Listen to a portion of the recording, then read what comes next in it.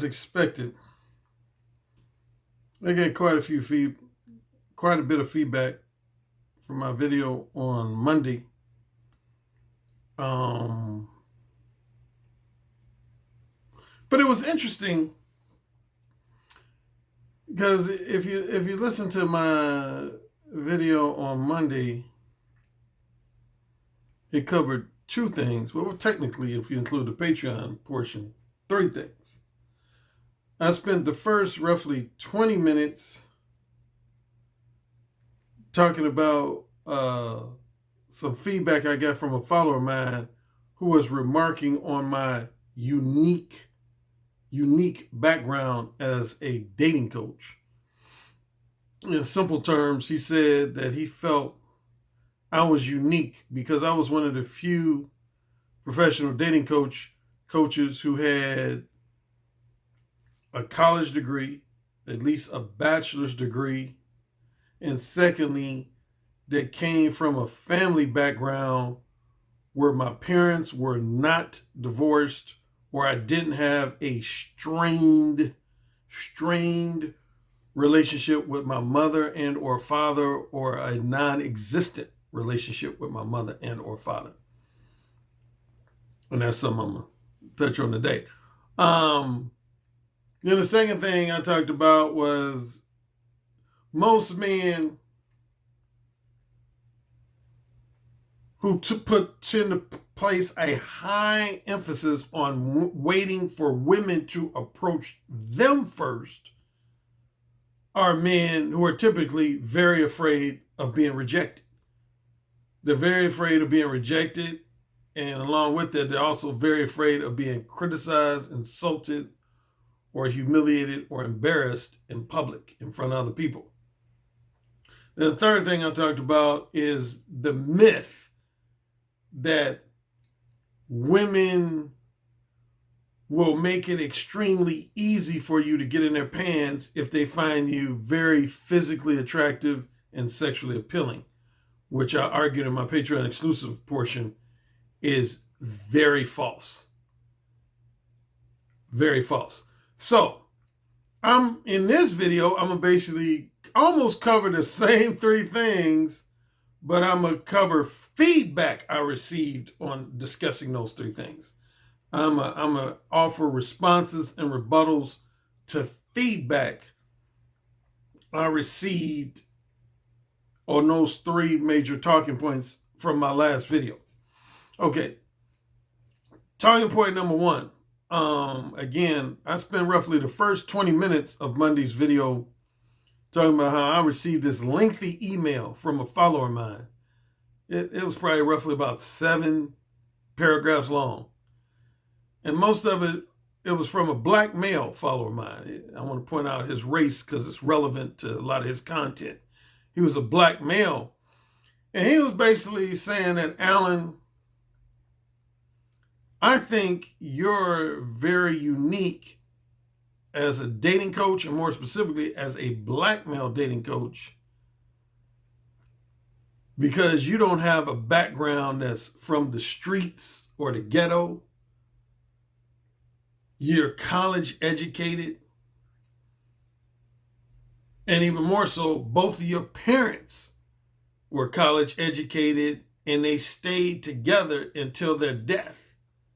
They weren't like, your parents weren't divorced, or you didn't have some type of strained or dysfunctional relationship with your mother and or your father. You almost came from like a happy, wholesome, middle-class type family. And this follower basically argued that that's rare when you see a guy who's a dating coach or a PUA that comes from that type of background. And so I talked about that in Monday's video, and I got some feedback from a few, not only some men, but some women. And it's funny, particularly from the women. I remember when I used to post on, as most of you know, one of the first places I really made a name for myself after the advent of the internet was a website, and more specifically a message board called AskMen.com. AskMan.com. That was like the first message board that I used to post on a lot. Matter of fact, that was the first, I would say, place on the internet that first made my Mo 1 ebook become really, really popular. Was when I used to post on AskMan.com between roughly the latter half of 2002 until about summer of 2006. Yeah, I would say from about roughly fall of 2002 until about summer of 2006. I used to post on AskMan.com. And one of the things I mentioned before is that since I've been on YouTube, probably 98% of my haters and critics have been other men. And I would say even before I came on to YouTube, even when I would say I was on Blog Talk Radio, I would say for the most part the same thing. The only time I really had more female critics, haters and critics, just as many, if not more, female haters and critics than male haters and critics was when I was on AskMan.com. Yeah, I had a lot of women they used to hate on my books, man. The biggest thing they hated when I was on AskMan.com, a lot of women would hate the fact that I would expose their sexually duplicitous nature.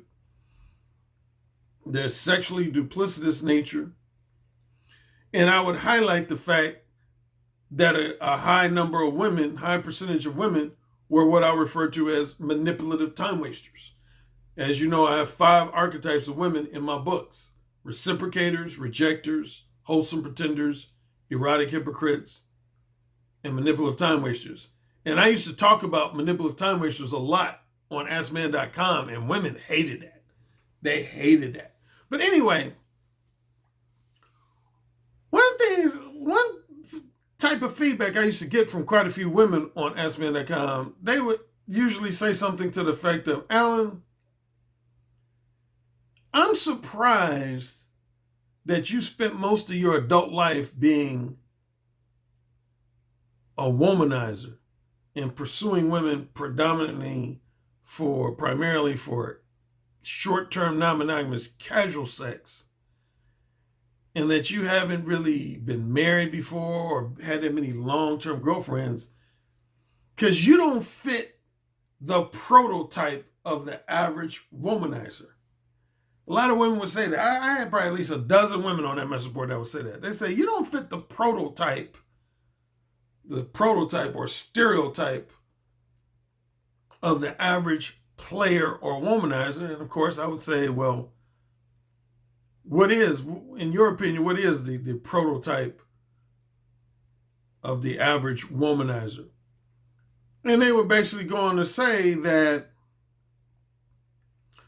most men I know who are prolific womanizers are usually men who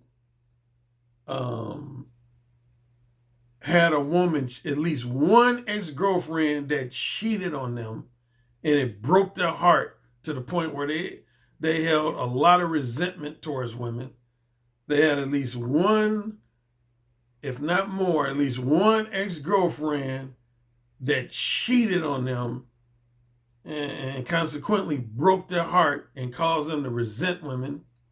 Number 2, they said most womanizers are men who their parents didn't have a good marriage, or they were raised by a single mom and they never grew to value or appreciate the nature of a long-term relationship between a man and woman, or a long-term, happy, satisfying marriage between a man and woman. And third was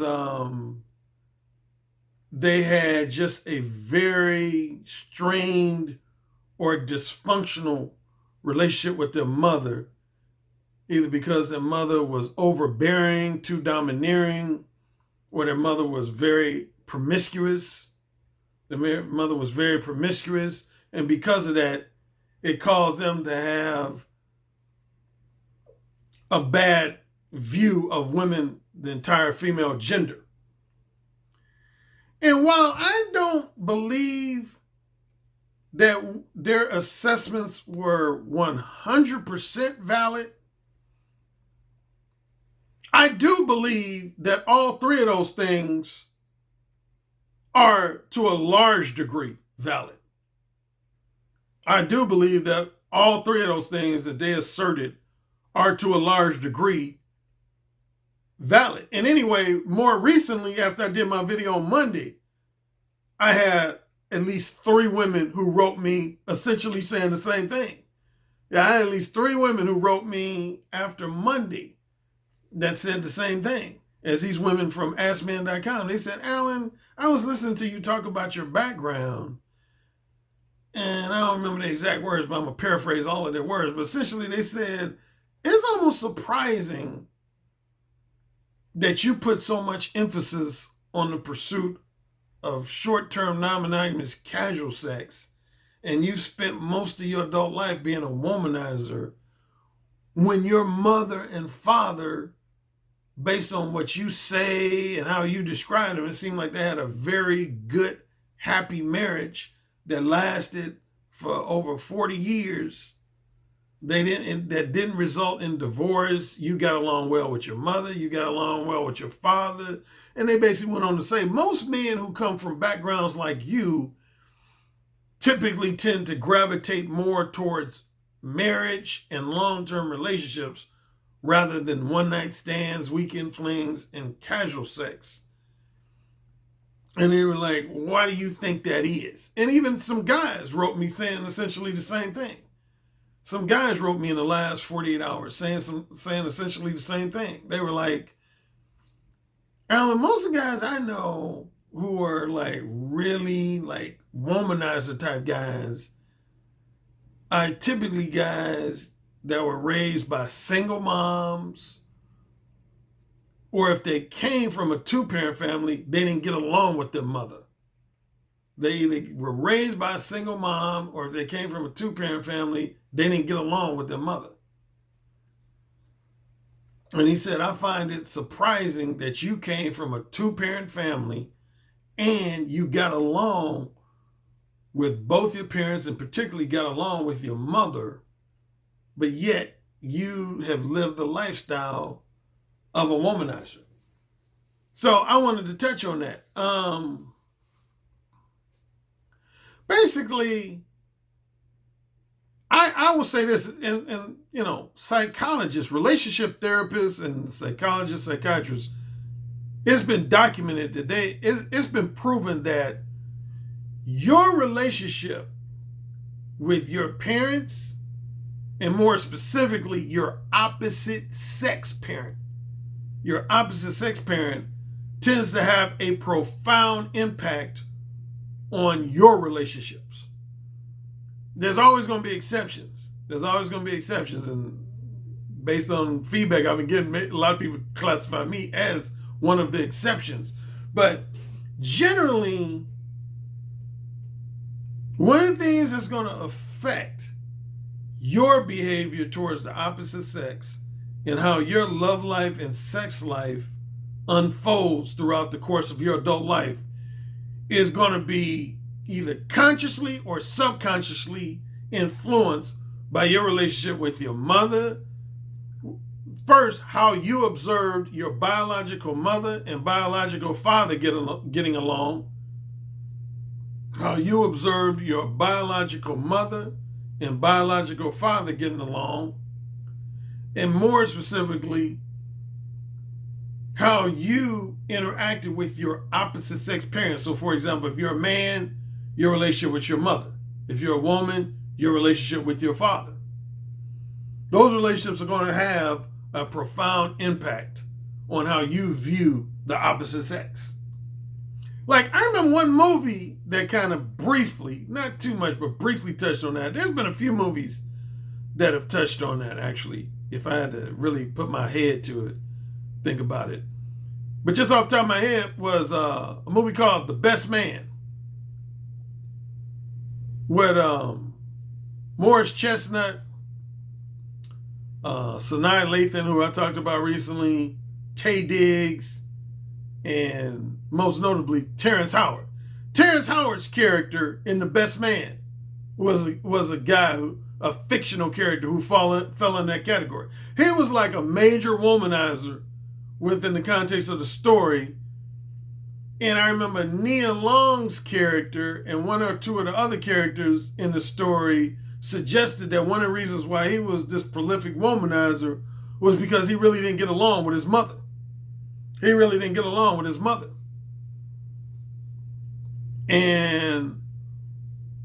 But yeah, I've seen that. I've seen that definitely among like my close friends, some of my relatives, cousins, some of my fraternity brothers, and just other general acquaintances of people I've interacted with face to face in real life. I've seen those type of relationships affect people. Like with women, if they had like a non-existent father or they had a strained relationship with their father, it kind of negatively affected their attitude towards men. With women, if they had a strained relationship with their mother, a very dysfunctional relationship with their mother, or their mother, they felt like their mother was, for lack of a better term, a slut, a promiscuous slut, it affected their relationship with women. Well, with men, I would say both parental relationships tend to have an effect on them more so than women. With women, I would say it's predominantly their relationship with their father that has a profound effect on them. But with men, I would say it's both their relationship with their mother and their father in many cases. It's their relationship with their mother and their father. Yeah, but again, going back to those three assertions that women from Ask Men said, I'll start with assertion one.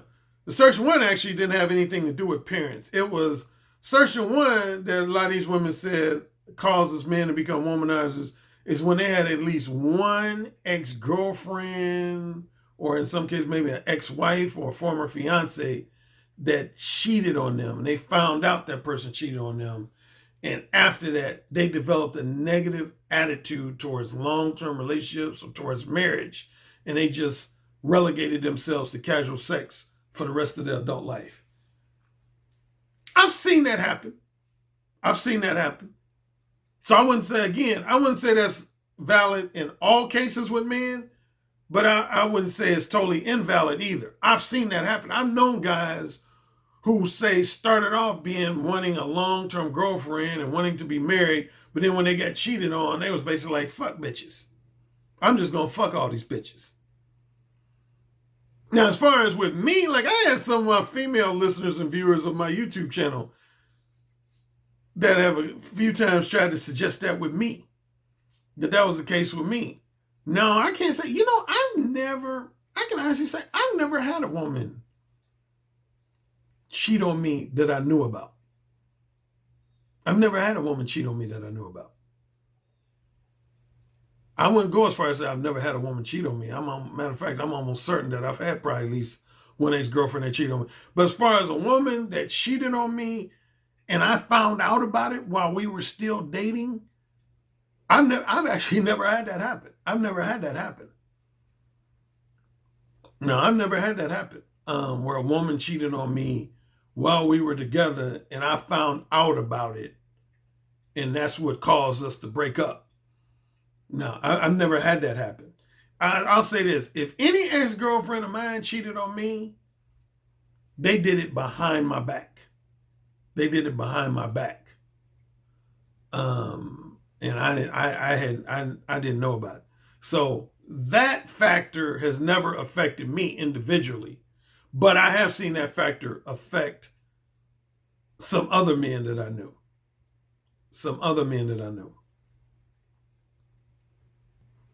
The assertion number 2 was a man is likely to become a womanizer if he had either a strained relationship with his father or a non-existent relationship with his father. A strained relationship with his father or a non-existent relationship with his father, due to the fact that his mother and father got divorced. Yeah, due to the fact that either they got divorced or in some cases they were never married in the first place. They were never married in the first place. I've seen that happen. Now, I've seen that happen. So again, I wouldn't say that assertion or factor is 100% valid in all cases with men who end up becoming womanizers, because I know exceptions to that, but I have seen that have happened. Now, again, with me individually, of course, I would definitely be an exception to that because, again, my mother and father were married for like 43, 44 years before my father died. Yeah, my mother and father were married for over 40 years before my father. My father died in March of 2002, and then my mother passed away in December 2007. So, yeah, I didn't come from a family that had marital dysfunction. I mean, that's not to say my mother and father didn't argue. They had their disagreements and spats and that type of thing. But as far as divorce, I don't know how it feels to come from a divorced family because my parents stayed married. And yeah, I had a great relationship with my mother and my father. Now, I would say my relationship, I probably had more arguments with my mother than I did with my father. But I think all children are going to have disagreements and arguments with their parents from time to time. So I'm not suggesting that me and my father never disagree with each other on different things, or me and my mother never did. The biggest difference I had with my mother and father, and I mentioned this before, was simply we had a major generational gap. We had a major generational gap, meaning that if you were to read my book, The Beta Male Revolution, or listen to the audiobook, you'll see that when it comes to evaluating dating rituals and dating morals, values, and ethics, I tend to divide the dating scene as the dating scene before the 1960s and then the dating scene starting with the 1970s up until now. The dating scene before the 1960s and the dating scene starting with the 1970s up until now. And see, my parents came from the era of the dating scene before the 1960s. So their whole belief system and attitude system towards the general nature of dating was totally different from mine.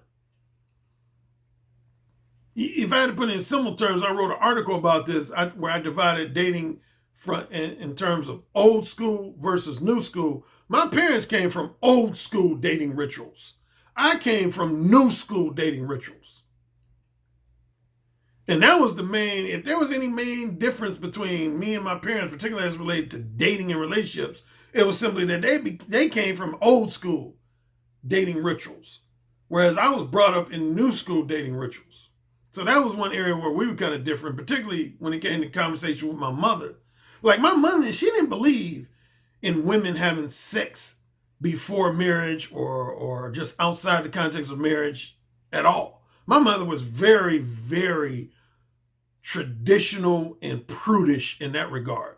My mother was one of those women who believed that women should save themselves for their husband and should own, like my mother, she only had sex with my father. She only had sex with my father. She didn't even think about having sex with somebody other than my father. Because she came from a belief system where she literally believed she would go to hell. That's how religious my mother was. She believed she would burn in hell if she had sex with a man other than her husband. So she didn't believe in that shit. She didn't believe in casual sex. Like my mother was a virgin up until the time she got married. So when she saw me engaging in premarital sex and casual sex, she heavily frowned on that. So that was one area where we used to have quite a few conversations, and you could say even some debates. Because she didn't believe in that shit, man. She didn't believe in women having babies out of wedlock. She frowned on it. She didn't like the whole baby mama, baby daddy shit. Oh, man, I could give you many stories along those lines. She was very Yeah, she frowned heavily on the notion of men and women being baby mamas and baby daddies. She didn't like that shit. And I've always said that's probably one of the reasons why I don't have any kids to this day. Even though I almost had one.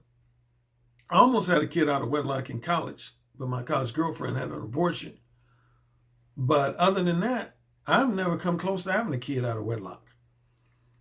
I think a lot of it was because of my influence from my mother. My mother, she heavily frowned on premarital sex, casual sex, and having children out of wedlock. She didn't like that shit. And it wasn't just her being unique in that regard. Most women from her generation felt like that. So it wasn't just my mother. Most women who were brought up in the era that my mother was, and they came from a middle class or upper middle class background, felt that way. So, yeah, that was kind of common among women in my mother's generation.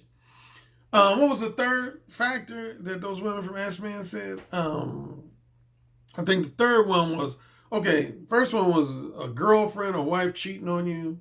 Second one was having a strained or non-existent relationship with your father, which I didn't. And third was having a strained or non-existent relationship with your mother. Yeah, I didn't have either one of those. I didn't have either one of those three things. Like I said, I didn't have an ex-girlfriend or ex-wife cheat on me, or at least that I knew of. I had a great relationship with my father.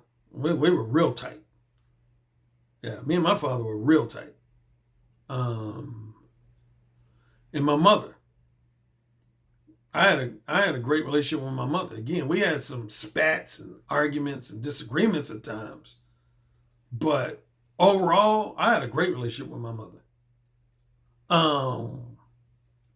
But yeah, all that said, yeah, again, a lot of guys I know who have been womanizers did fall under one of those three categories that those women from Ask Men asserted.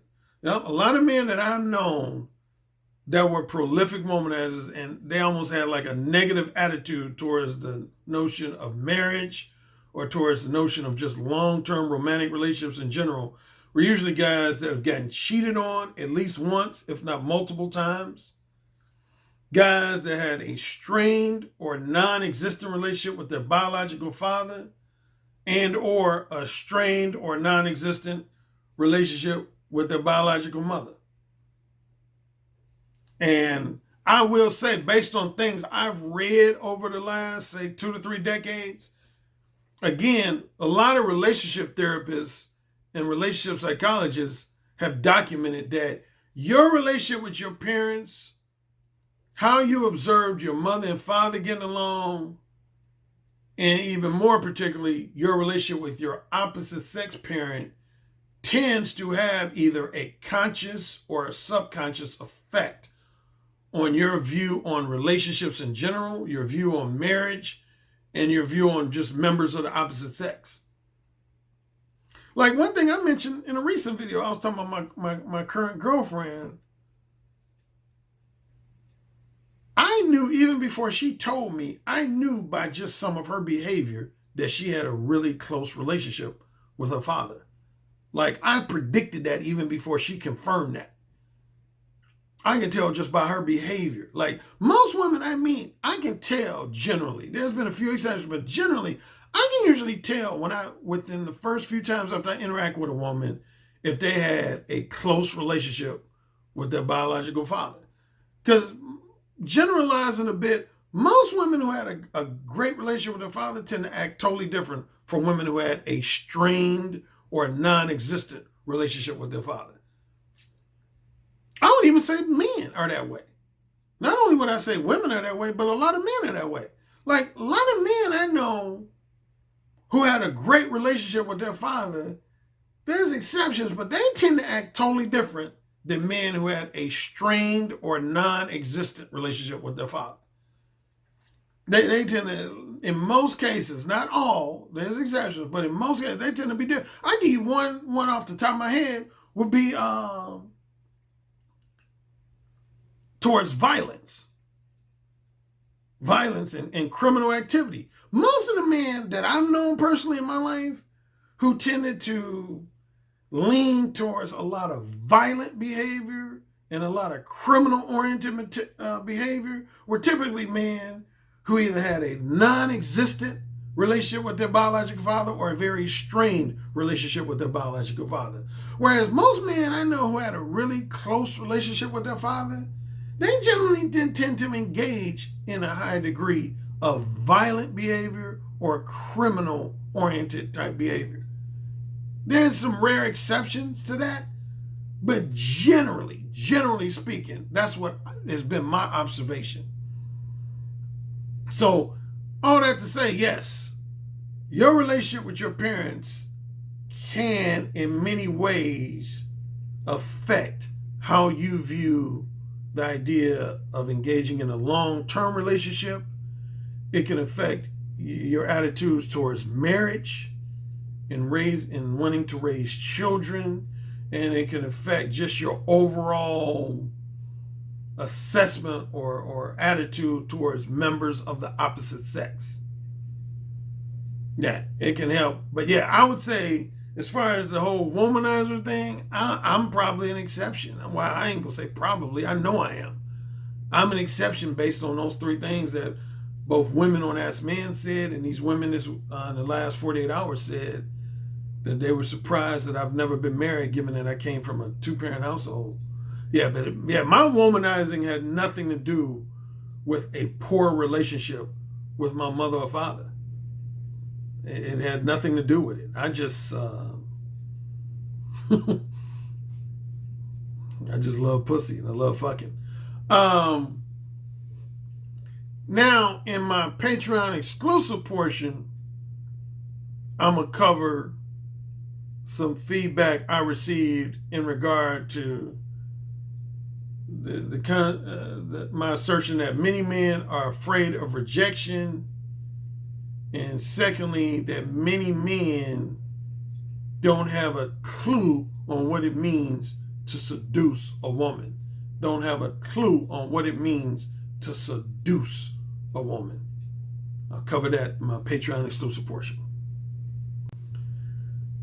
Yeah, I got quite a bit of feedback from both the free portion of my video on Monday as well as the Patreon exclusive portion. And one thing I've just come to the conclusion of is that a lot of men, now, I hate to be repetitive with this, but I'm going to repeat it again. Again, there's 5 general methods of getting a woman in bed. 5 general methods of getting a woman in bed. And that would be attraction, seduction, dishonest, disingenuous, and or misleading and manipulative behavior, financial negotiation, such as being a trick or a sugar daddy, and coercion, which would involve various forms of sexual assault like rape and date rape. And see, going to the first two, attraction and seduction, what I'm realizing, particularly based on a lot of the feedback I got in the last roughly 48 hours, a lot of men there's a lot of men, both Patreon subscribers of mine as well as non-Patreon subscribers of mine, I can tell based on the feedback they provided me with, there's a lot of men who I can tell have never actually seduced a woman. There's a lot of men who have never, ever actually seduced a woman. The only women they've had sex with is either women who were reciprocators, that were just drawn to them through attraction, women who were reciprocators who were drawn to them through attraction, or in some cases, some men have had women that they've had sex with either because of tricking, like they paid for a street prostitute, they paid for a professional call girl, they paid for upscale erotic escort, or third, they've had sex with women because they lied to them or misled and manipulated them. They lied to them or misled and manipulated them into bed. One of those three. Either attraction.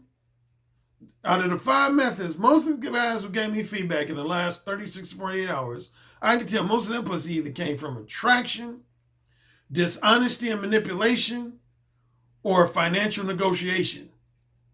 But very few guys, again, based on their feedback they gave to me, have indicated that they have ever seduced a woman. And I just find that very, I don't know, I ain't gonna say it totally surprises me. In some respects, it doesn't. But in at least a minor degree, it does surprise me, man. Because as you know, again, to reiterate, that's the main reason why I wrote my book. That's the main reason why I wrote my book, Ooh Said Again. That's what Ooh Said Again is all about, is verbal seduction and erotic dirty talk. It's all about teaching men how to seduce a woman who's a wholesome pretender and or an erotic hypocrite. See, like, if you're only interested in having sex with women who are reciprocators, then there's no need for you to even read or listen to a book like Ooh Said Again. That would be like a waste of your time.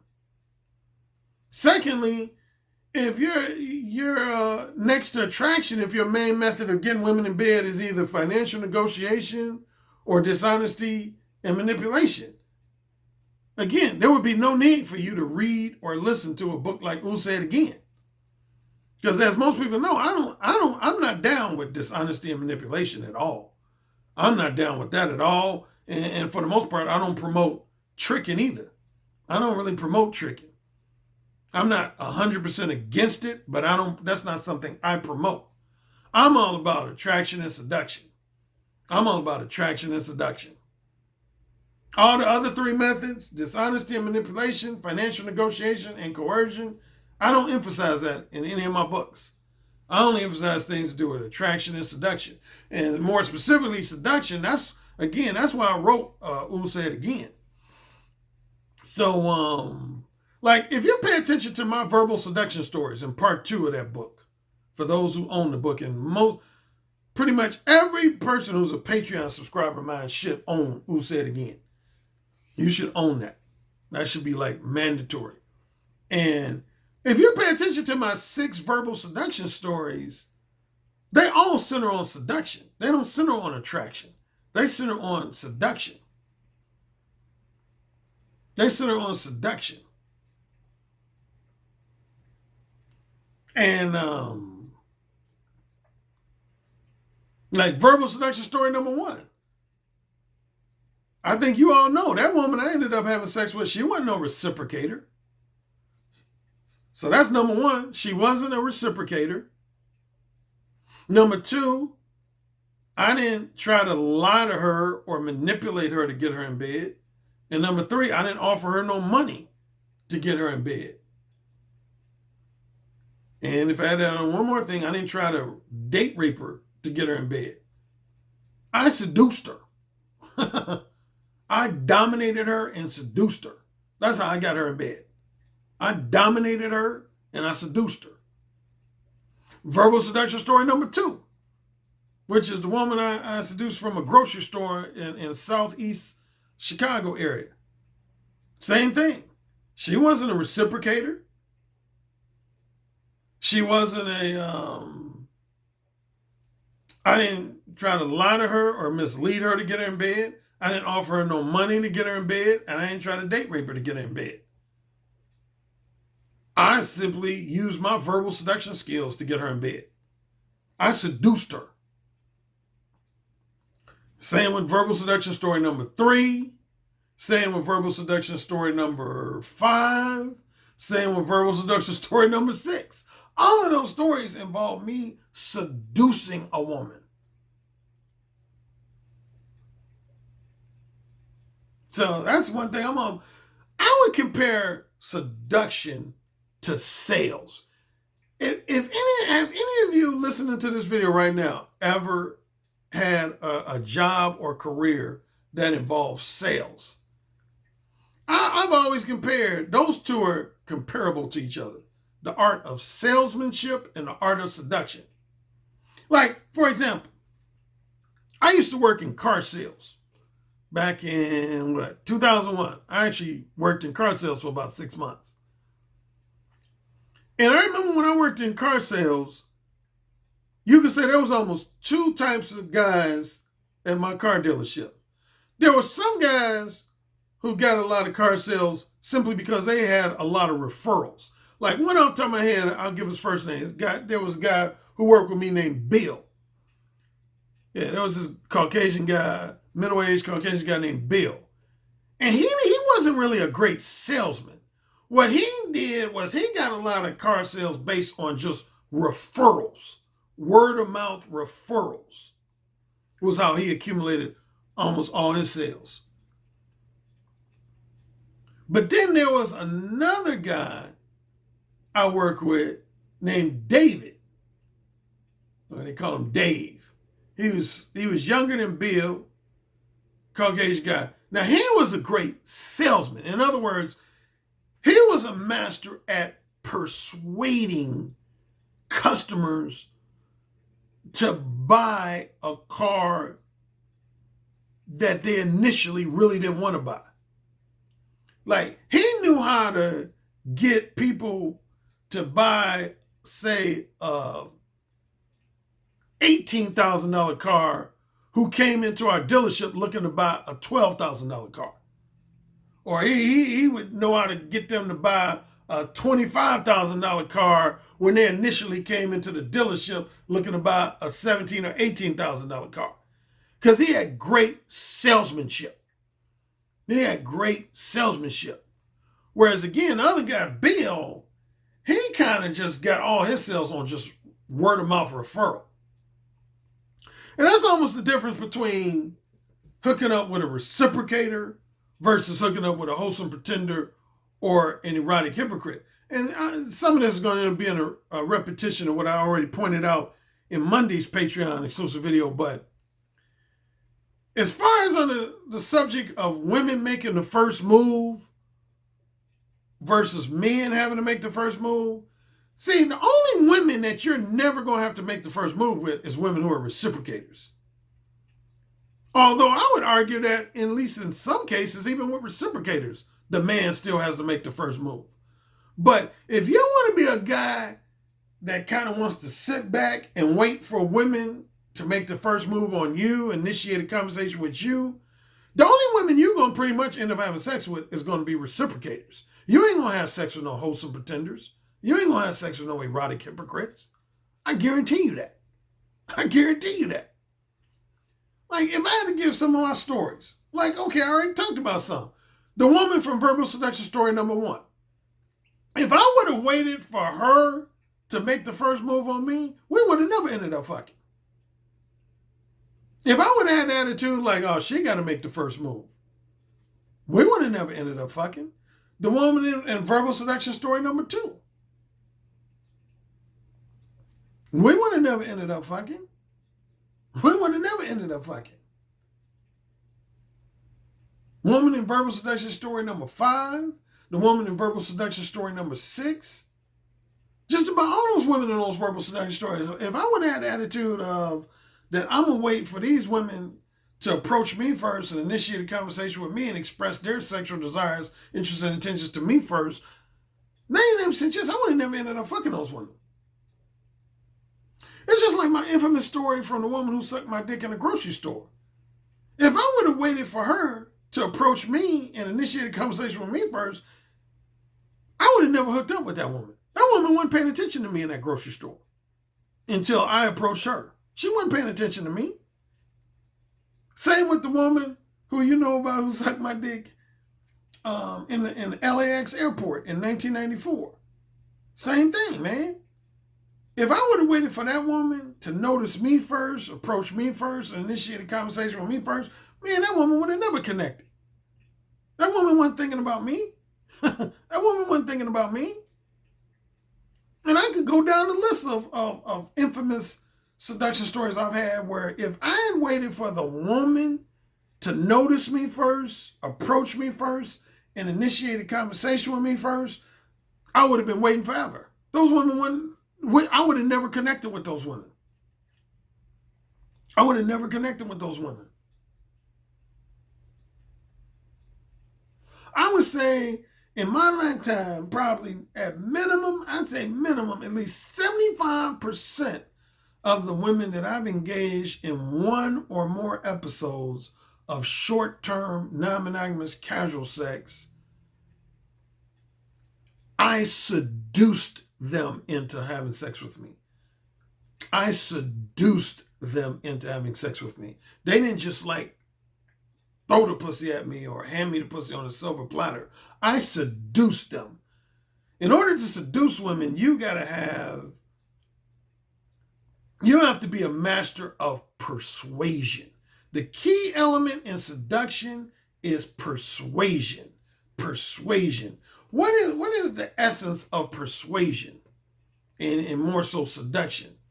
When you have a high degree of persuasive charm, what that means is you know how to change a negative attitude that a woman might have towards engaging in sex with you to more of a positive attitude.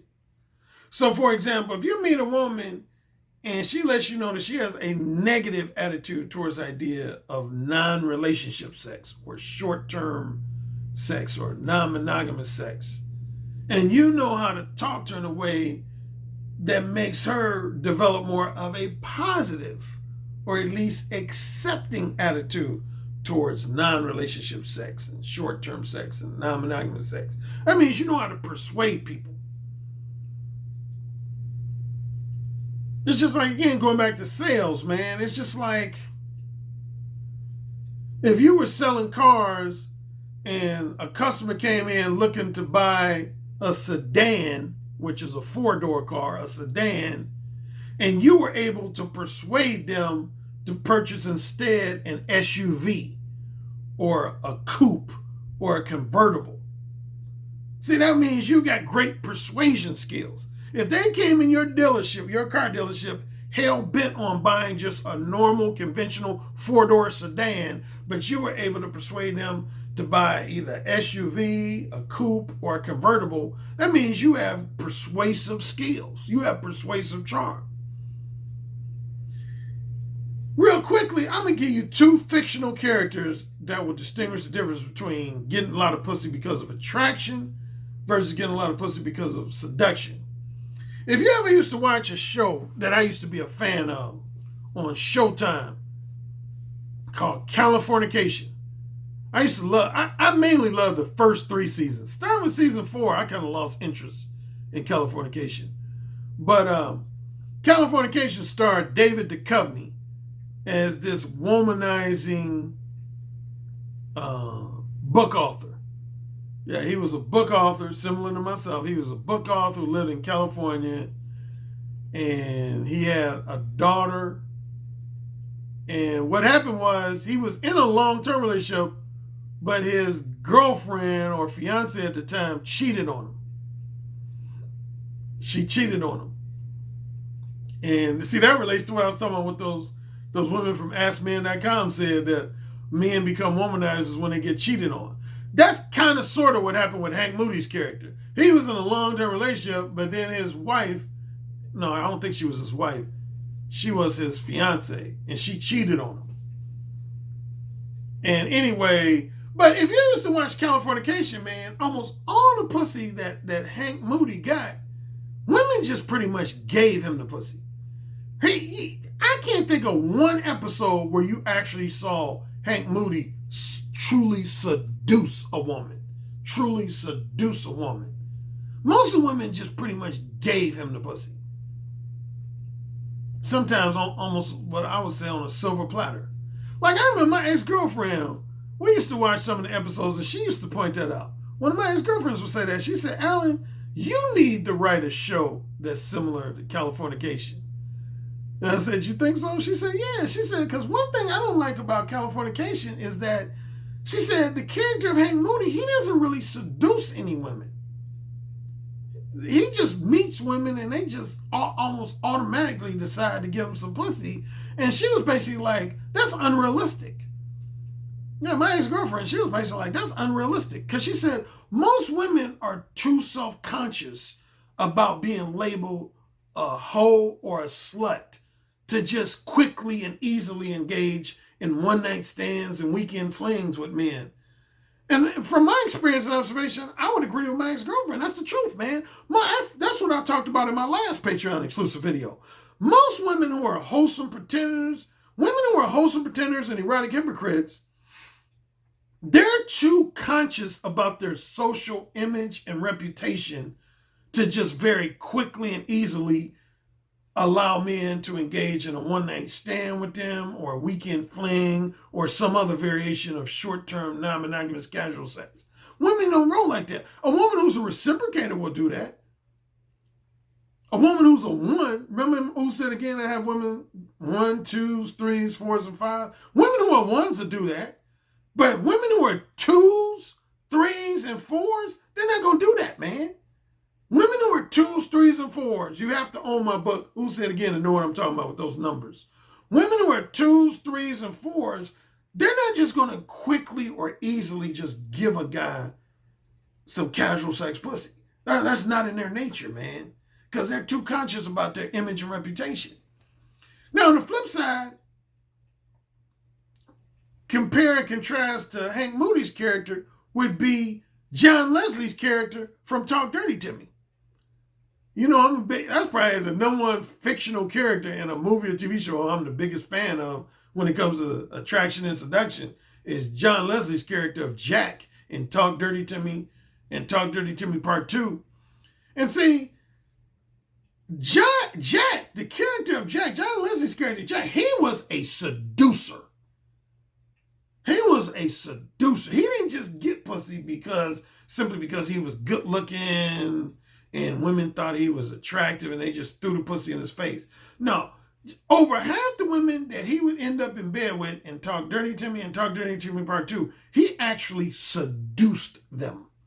He seduced them, like the infamous scene with him and the female physician, the blonde doctor in that scene in Talk Dirty to Me. He seduced that woman, man. She didn't just give him the pussy. He seduced that woman.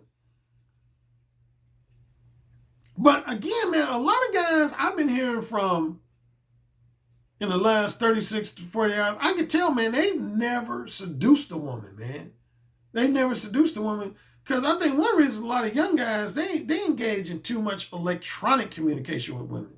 Text messages, instant messages, social media inbox messages. I mean, how the fuck you going to seduce a woman doing that shit? You can only seduce women, man, either face-to-face or over the phone. Face-to-face or over the phone. But a lot of you guys, man, y'all need to work on improving your verbal seduction skills. Your verbal seduction skills, if your interest is casual sex. Now, if your only interest is long-term relationships and marriage, then you don't really need to become a master seducer. But if you want to have casual sex with a lot of women, you got to learn how to seduce women, man. That's one of the things I emphasize in my one-on-one face-to-face coaching sessions. My one-on-one face-to-face coaching sessions. That's where I emphasize verbal seduction and erotic dirty talk. All right. Talk to you guys maybe on Friday. Maybe on Friday this week. Peace.